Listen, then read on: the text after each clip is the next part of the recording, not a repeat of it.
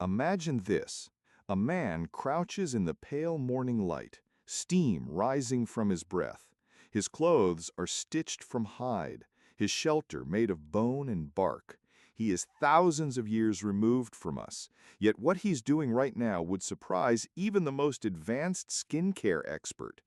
With slow, practiced motions, he dips his fingers into a bowl made from hollowed stone. Inside is a mix of fine white ash and melted animal fat. He doesn't hesitate. He rubs it into his skin, face, neck, shoulders, every inch exposed to the cold wind and glaring sun. It looks primitive, maybe even grotesque, but what he's doing is a kind of ancient chemistry, a ritual born not from vanity, but survival. You're watching the creation of one of the first protective balms. Ash, rich in alkaline minerals, cleanses the skin and repels bacteria. Fat locks in moisture and forms a shield. Together, they create a natural sunblock, moisturizer, insect repellent, and antibacterial coat, all without chemicals, without labs, without influencers or clinical trials. If you're already fascinated, then don't forget to subscribe to Prehistoric Medievals, where we explore forgotten wisdom hidden in plain sight. Today, we see early humans as dirty, wild, even uncivilized. But maybe that's because we've been told the wrong story. Hollywood gave us cavemen with matted hair and rotting teeth, but archaeology shows us something else. Stone tools with cosmetic residue, shells used as pigment bowls, fingerprints made of clay and charcoal. This wasn't just smearing mud, it was intention, it was formula. They understood pH balance before the word ever existed. They understood absorption, preservation, protection. Their laboratory was the forest floor. Their beakers were shells and bones. Their test subjects? Themselves. And when something worked, they passed it on, not through books, but through repetition, through memory, through stories around the fire. If you're beginning to see the genius in these so-called savages, hit that subscribe button for more revelations from the world before civilization. When clean water was scarce and soap didn't exist, they didn't surrender to grime, they improvised. Ash once again became their ally. A pile of it from the previous night's fire, still warm, soft like powder, add water and you get something incredible. Alkaline solution, a natural degreaser. They used it to scrub hands, clean wounds, even sanitize tools. In modern chemistry, it's called lye. Back then, it was just knowledge, passed from one pair of hands to the next. And then there was clay. Not all dirt is equal. They knew the difference. They discovered clays that cling to oil, draw out toxins, and purify skin. Bentonite, kaolin, names we recognize today in high-end cosmetic stores. But they knew them by feel, by instinct. They'd mix clay with water, smear it across the face, let it dry in the wind, then wash it away with cold stream water or even snow. The result wasn't just clean skin, it was resilience, renewal, detox long before spas and marketing campaigns claimed to invent it. Want more truth like this from the ancient world? You're watching Prehistoric Medievals. Don't just listen, subscribe, and come with us into the wisdom buried beneath your feet. But skincare wasn't their only secret. What about after the cleanse? The modern world gives you serums, creams, emulsions. But they had one answer for everything: fat. Not oil in a glass bottle, not fancy plant extracts. Just rendered animal fat, thick, creamy, warm. It came from the animals they hunted: deer, elk, boar, even mammoth. They boiled it, strained it, softened it, then applied it like a second skin. Not for beauty, but for survival. Moisture retention. In freezing wind, it kept the skin from cracking. Sun protection. In harsh daylight, it acted as a physical block. Insect repellent. The slick surface prevented bugs from latching on. It had no label, no scent, no preservatives. Yet, it worked in 3 layers, more efficient than most modern products combined. And best of all, it was edible. In a world where everything had to serve multiple purposes, their skincare could also sustain them in famine. That's not primitive, that's genius. And speaking of genius, consider this. They had no toothpaste, no toothbrushes. Yet prehistoric humans had stronger, healthier teeth than many people today. How? They chewed. Not gum, not candy, twigs. Carefully selected branches, chewed until the fibers fanned out, creating a bristled edge. A natural toothbrush. Willow, oak, pine, each releasing antiseptic oils that clean the mouth and freshen breath. And for paste, they had ash again, alkaline, cleansing. They added crushed seashells for minerals, clean sand for scrubbing power. No plastic tubes, no artificial sweeteners. Just a deep, intuitive understanding of what the body needs. Some even chewed tree resin, sticky, fragrant, antibacterial, the original organic gum. They didn't study dentistry, they just paid attention and passed that attention on.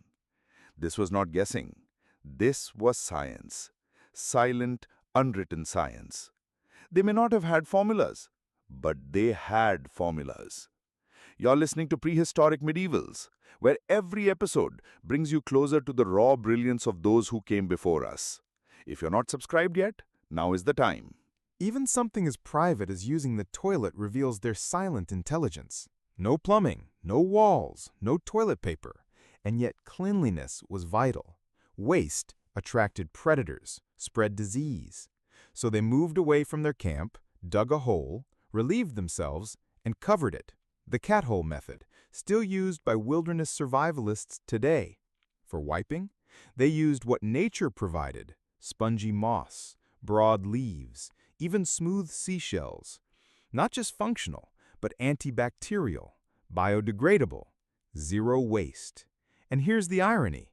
We call ourselves modern for inventing eco-friendly products. They lived eco-friendly by default. Everything they used returned to the earth. Nothing stayed behind to pollute it. So before you laugh at their ways, ask yourself, which system is more sustainable? Plastic wipes that clog oceans, or leaves that melt back into the soil? If that made you think, then you belong here at Prehistoric Medievals. Subscribe for more wisdom buried in time. In their world, nothing was trash, not even the unthinkable. Dung from animals was collected, dried, and used as fuel in areas where firewood was scarce. It burned cleanly, slowly, and kept people warm on cold nights. Even human waste, in some cases, was used to mark territory, a silent boundary that warned others, this place is occupied. Their logic extended beyond fire. A jagged shell became a spoon, a broken rock became a tool, a fallen branch became shelter. What we see as garbage, they saw as potential. There was no such thing as waste, only things waiting to be useful again. It's time we reconsider who the real innovators were. If you're ready to learn how survival can be intelligent, even elegant, you're in the right place. Subscribe to Prehistoric Medievals, and let's keep exploring the untold truths from the roots of humanity. They didn't use words like recycle or sustainable. They didn't attend environmental summits or post about zero-waste lifestyles. They simply lived that way because survival demanded it, because nature punished excess. A torn animal hide became thread, a broken antler became a comb, a cracked pot became a scoop. They found use in the discarded, beauty in the broken.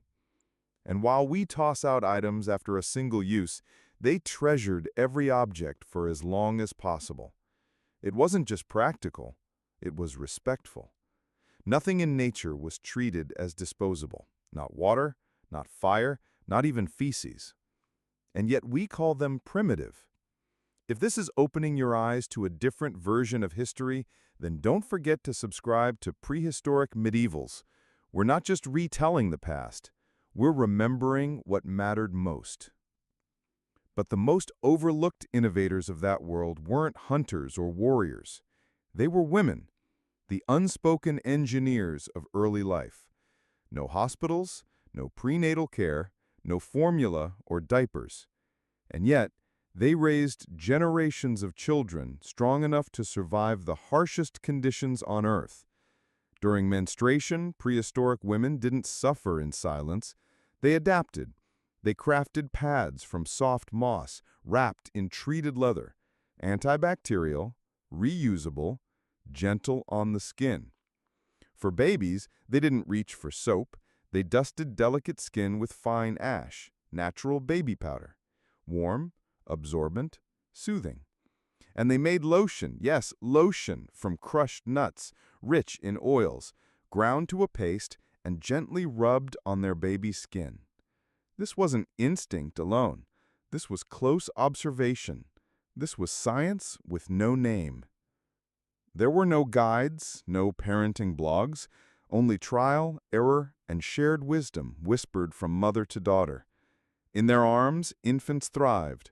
Around their fires, herbal remedies were created. Within their hands, the knowledge of entire communities was preserved. These women weren't background characters. They were the healers, the chemists, the midwives, the inventors of the original self-care. If you believe those stories deserve more space in history, subscribe now to Prehistoric Medievals, because silence has lasted long enough. And still, their story gets more extraordinary. Think of cosmetics today. Glittery palettes, bold lipsticks, contour kits. Now go back 100,000 years. No influencers, no cameras, no beauty standards.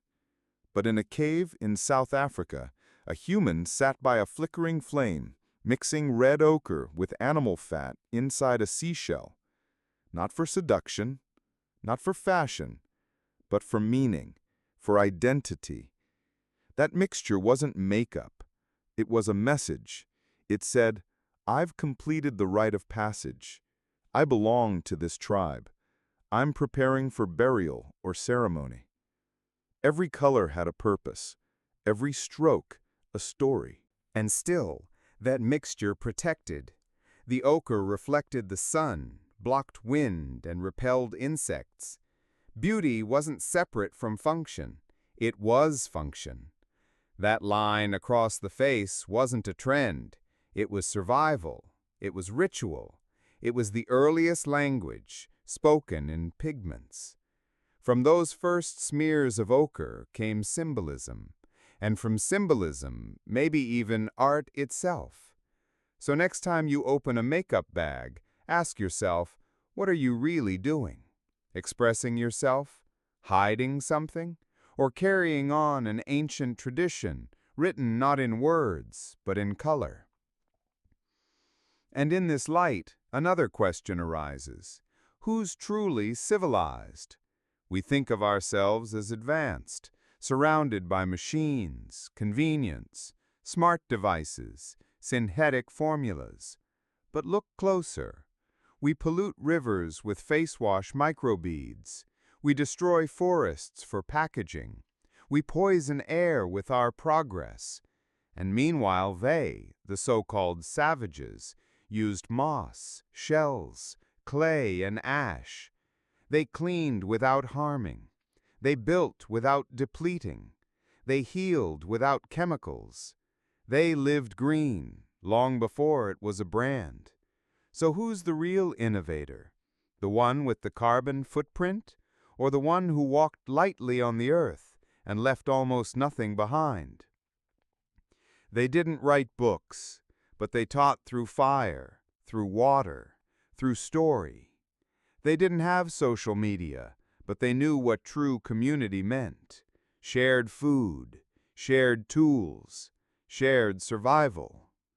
While we chase growth that destroys, they lived balance that endured. At Prehistoric Medievals, we're not here to glorify the past.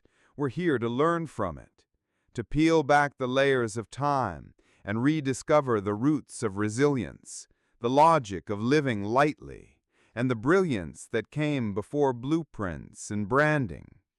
So when we say they lived without civilization, maybe we're asking the wrong question. Maybe civilization isn't what you build. Maybe it's what you don't destroy. Maybe the greatest lesson our ancestors left us is not written in a textbook, but in the echo of their choices, the softness of moss, the strength of clay, the warmth of fat rubbed gently onto skin. Today, we spend billions trying to fix the problems we created. pollution, skin disease, plastic waste, and climate collapse. And all along, the answers have been buried in fire pits, in caves, in oral tradition. The past isn't primitive, it's precise, it's patient, it's powerful. If you believe that real wisdom is older than textbooks, older than products, older than profit, then join us here at Prehistoric Medievals. Subscribe now and help us uncover the intelligence history forgot to tell. Because survival wasn't dumb. It was sacred. It was strategic. It was a science written not in ink, but in ash, in earth, in time. And maybe, just maybe, the future of human survival depends on remembering the past.